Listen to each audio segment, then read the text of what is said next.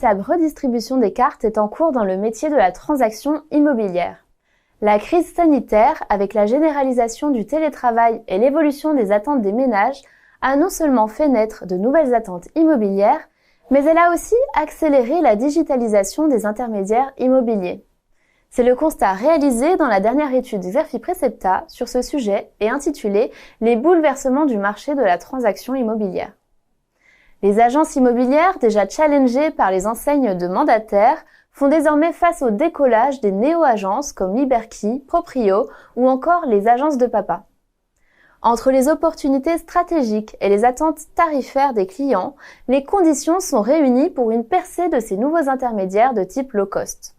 Pour tous les acteurs de la transaction immobilière, agences, mandataires, néo-agences et même promoteurs, la clé du succès selon l'étude Xerfi Precepta va reposer sur la qualité de service et l'efficacité des outils digitaux de prospection et de communication. De quoi renforcer au passage le rôle des portails d'annonces largement dominés par Se Loger et Le Bon Coin.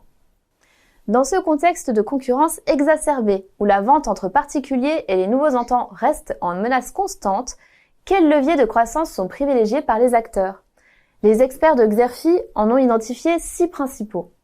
D'abord, l'extension des réseaux qui passent par l'essor dans les villes moyennes, le développement des néo-agences et l'internationalisation. Les stratégies de 4 acteurs ont pour cela été étudiées. Human Immobilier, Stéphane Plaza Immobilier, Haussmann et IAD. Deuxième axe, l'essor des services marketing autour des transactions qui revient concrètement à digitaliser les process en interne et à renforcer la visibilité des annonces comme le font Se Loger, Meilleur Agent, Bien Ici, Liberkey ou encore Flatsy. Citons aussi le développement des offres basées sur la data avec les services d'estimation immobilière comme celui de Cityscan.